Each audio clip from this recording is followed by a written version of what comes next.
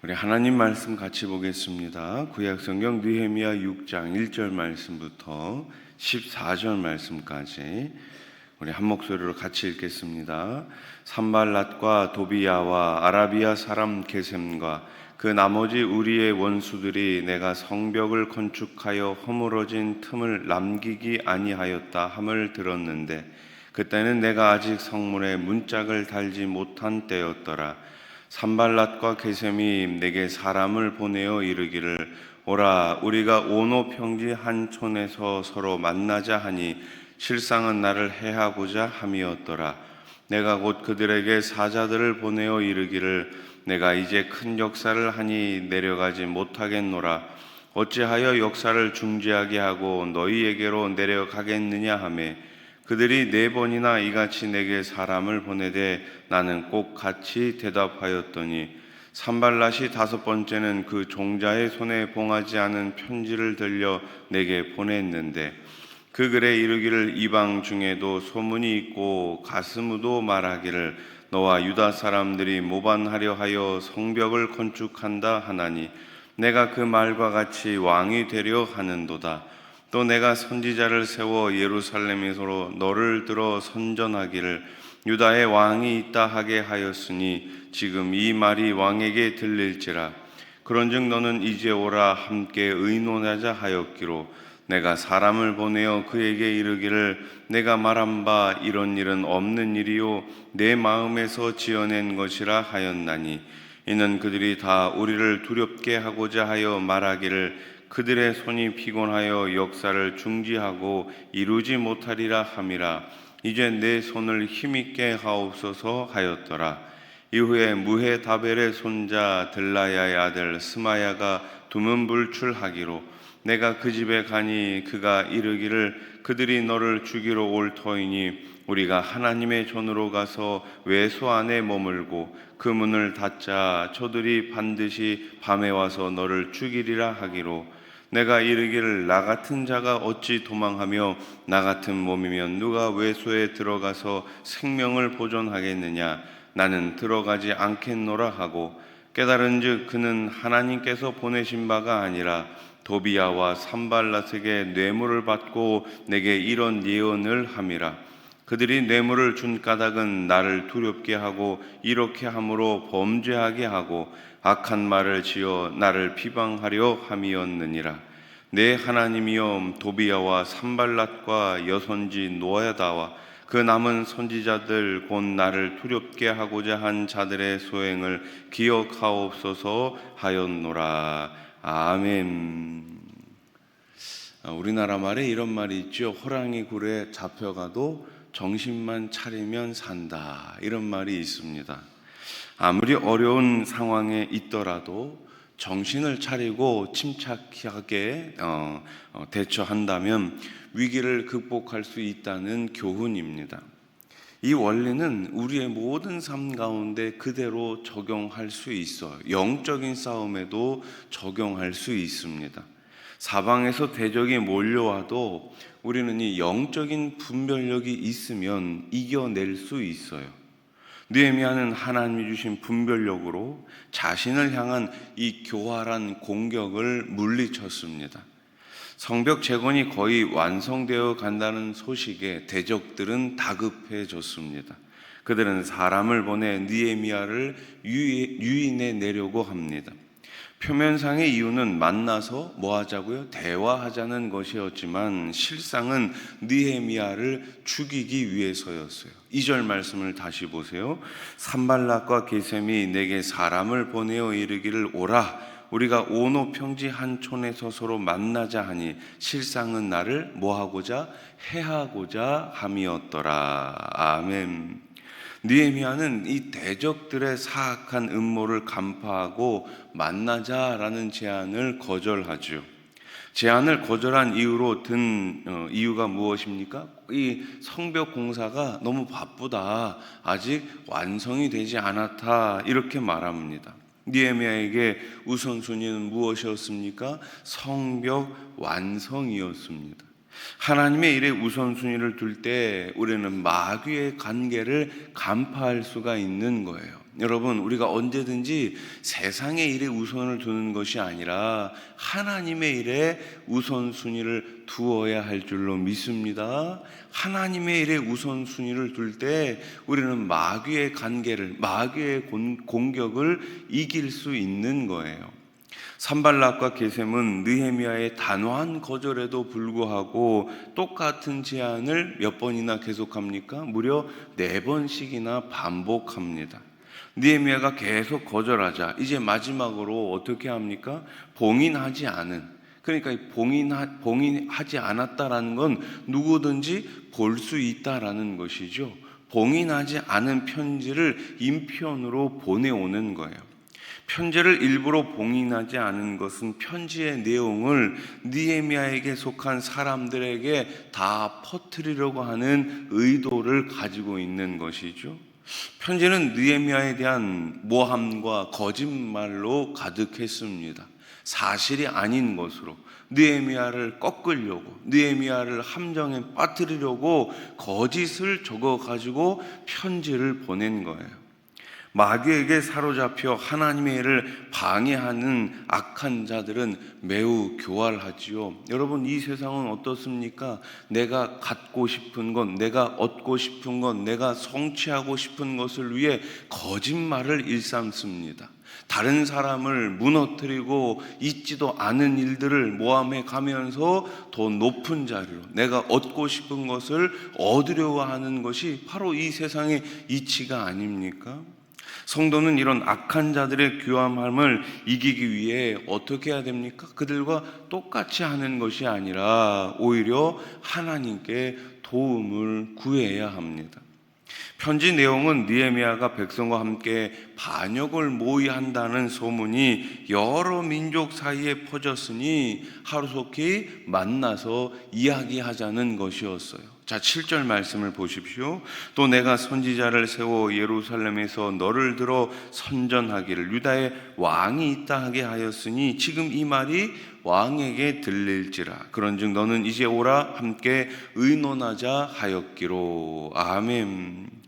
느헤미야는 이는 사실이 아니고 당신이 꾸며낸 이야기라고 일축합니다. 느헤미야는 사람들을 두렵게 만들어서 성벽 재건 공사를 중단시키려는 대적들의 의도를 간파한 거예요. 악한 자들은 막연한 두려움을 주고 그것을 증폭시키면서 하나님의 일을 하지 못하게 만듭니다. 우리 역시 마찬가지죠. 우리를 분주하게 만듭니다. 우리를 하나님의 일을 하지 못하도록 가정 안에서, 일터 안에서, 또 우리 환경 같은 것들을 통해 가지고 계속해서 하나님의 일을 하지 못하게 만드는 것이 바로 마귀가 하는 일이에요. 또 마귀가 하는 일이 무엇입니까? 우리들에게 절망을 안겨다 주는 거예요. 야, 그렇게 헌신하면 뭐해? 그렇게 충성한다고 뭐가 달라져? 그렇게 한다고 누가 알아주기나 해? 이러면서 계속해서 우리를 넘어뜨리고 좌절하게 만드는 것입니다. 성도는 이런 전술에 휘둘리지 말고 언제나 말씀 안에서 담대하게 그 말씀을 붙들고 주님께서 나를 알아주신다, 주님만이 아시면 된다라는 이 믿음을 가져야 하는 것입니다. 대적들은 선지자이자 예언자인 스마야를 포섭해 느헤미야를 함정에 빠뜨리려고 하죠. 느헤미야가 두문불출하는 스마야를 찾아갔을 때 그는 느헤미야에게 뭐라고 이야기합니까? 성전의 외소 즉 성소로 숨으라고 권면합니다. 느헤미야는 하나님이 주시는 지혜로 스마야가 거짓 예언을 한 것을 알게 되죠. 12절 말씀 한번 같이 읽어봅시다. 시작. 깨달은즉 그는 하나님께서 보내신 바가 아니라 도비야와 산발랏에게 뇌물을 받고 내게 이런 예언을 함이라. 아멘. 여러분, 이래서 우리가 참 중요한 것이 영적인 분별력이에요. 영적인 분별력. 이제는 느헤미야 주변에도 변절자들이 나오기 시작합니다. 나하고 오랜 시간 같이 있었는데 하나님께서 나에게 주시는 그 말씀을 전하는 것이 아니라 뇌물을 받고 나를 넘어뜨리려고 하는 자들이 있다라는 것이죠. 영적 전쟁은 어떻게 보면 외롭고 고된 싸움입니다. 하나님이 주시는 강한 힘이 있어야지만 우리는 이길 수가 있는 거예요. 여러분, 영적인 분별력을 갖기 위해서 가장 중요한 것은 말씀 안에 있어야 하는 것입니다. 말씀이 언제나 내 곁에 있어야지만 영적인 분별력을 가질 수 있는 거예요. 또 한 가지 중요한 것은 무엇입니까? 욕심을 내면 안 됩니다. 욕심이 우리 안에 있으면 영적인 분별력을 가질 수가 없습니다. 그래서 성도는 욕심이 아니라 하나님 주시는 그 은혜로 말씀 안에 있어야지만 이 분별력을 가질 수가 있는 거예요. 여러분, 이 땅에 수많은 아주 존경 많은 목회자들이 얼마나 많이 있었습니까? 그런데 그분들이 때때로 넘어지는 것을 우리가 경험하지 않습니까? 물론 여러 가지 이유가 있겠지만 가장 처음 출발은 욕심 때문에 그런 거예요. 돈에 욕심이 생기면, 사람에 대한 욕심이 생기면, 권력에 대한 욕심이 있으면, 자리에 대한 욕심이 있으면 영적인 분별력을 갖기가 어려운 거예요. 여러분, 우리 목회자들을 위해 기도해 주시기 바랍니다. 저를 위해 기도해 주시기 바랍니다. 우리 목사님이, 우리 교육자들이, 우리 지도자들이 욕심을 갖지 않도록 분별력을 가질 수 있도록 기도해 주시기 바랍니다. 느헤미야는 자신과 공동체를 향한 공격에 인간적인 방법으로 대응하지 않았어요. 대신 하나님 앞에 엎드려 도우심을 구합니다. 14절 말씀을 보세요. 내 하나님이여, 도비야와 산발락과 여선지 노아다와 그 남은 선지자들 곧 나를 두렵게 하고자 한 자들의 소행을 기억하옵소서 하였노라. 아멘. 따라해 보십시오. 기억하옵소서. 여러분, 우리가 엎드려야 할 곳, 우리가 가야 할 곳은 바로 하나님 앞자리가 아니겠습니까? 하나님 앞에 엎드려 기도하시기 바랍니다. 세상은 내 힘으로, 내 지식으로 이길 수 없습니다. 하나님의 도우심이 없으면 우리는 이길 수가 없는 거예요. 느헤미야는 자신이 받는 공격을 하나님께 가지고 나갔습니다. 혼자의 힘으로는 대적들의 악하고 교활한 계획을 감당하지 못합니다. 오직 하나님의 능력으로만 이 영적인 싸움에서 이길 수 있고 승리할 수 있습니다. 성벽 재건 공사가 거의 끝나갈 때 대적들의 공격은 더 집요해지고 교활해졌습니다. 이런 발악은 그들이 쫓기고 있다는 방증이지요. 여러분, 이 세상은 점점 더 악해져 가고 있어요.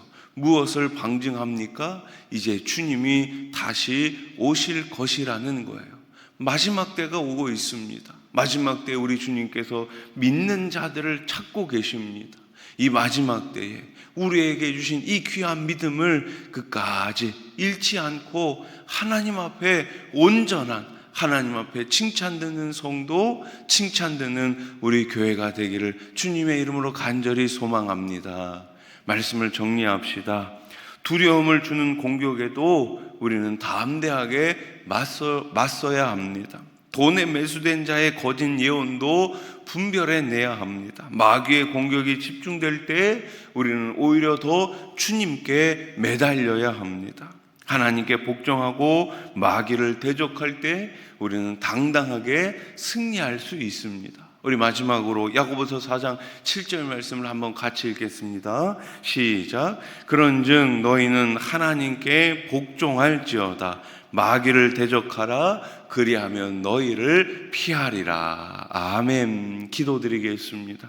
하나님 아버지, 우리가 주님께 순종할 때 우리는 마귀를 대적할 수 있습니다. 그때 마귀는 우리를 피하고 우리를 멀리하게 됩니다. 하나님 아버지, 마귀를 두려워하는 것이 아니라 언제나 말씀 안에서 마귀를 대적하고 당당하게 이 땅 가운데 하나님의 자녀로 승리자로 살게 해 주시옵소서. 마귀의 관계를 경계하기 위해서, 이기기 위해서 언제나 영적인 분별력이 필요합니다. 우리 교회 가운데 영적인 분별력을 허락하여 주시옵소서. 우리 자녀들에게, 우리 일꾼들에게 영적인 분별력을 주셔서 하나님 기뻐하시는 거룩한 일들을, 사역을 감당해 나가는 우리 교회가 되게 해 주시옵소서. 오늘 하루도 주님 전에 나와 하루를 시작합니다. 여러 가지 기도 제목을 가지고 주님 앞에 나왔습니다. 두 손 들어 기도할 때 우리 하나님 응답해 주시옵소서. 내 뜻대로 응답되는 것이 아니라 주님 뜻대로 응답될 때에 모든 것들이 가장 좋은 길로, 선한 길로 진행돼 나갈 줄로 믿사오니 우리 하나님 도와 주시옵소서. 역사해 주시옵소서. 풍성히 우리 하나님 필요한 것들을 채워주시고 받은 사명 잘 감당하게 해 주시옵소서. 병상에 계신 분들을 기억하여 주시고 깨끗하게 우리 하나님 치료하여 주시옵소서. 마음의 아픔도, 삶의 여러 가지 문제들도 우리 하나님 다 해결해 주실 줄로 믿사오니 온전히 말씀 안에서 걸어가는 오늘 한날이 되게 해 주시옵소서. 이 나라 이 땅을 긍휼히 여겨주시고 특별히 우리 세워주신 한국교회 우리 모든 목회자들이 하나님의 그 뜻 가운데 올바로 목회하게 해 주시옵소서. 교회마다 부흥의 불길이 타오르게 해 주시옵소서. 선교지마다 선교사님들에게 성령을 부어주시고 믿지 않은 많은 영혼들이 주님께로 돌아오는 역사가 있게 해 주시옵소서. 예수님의 이름으로 기도드립니다. 아멘.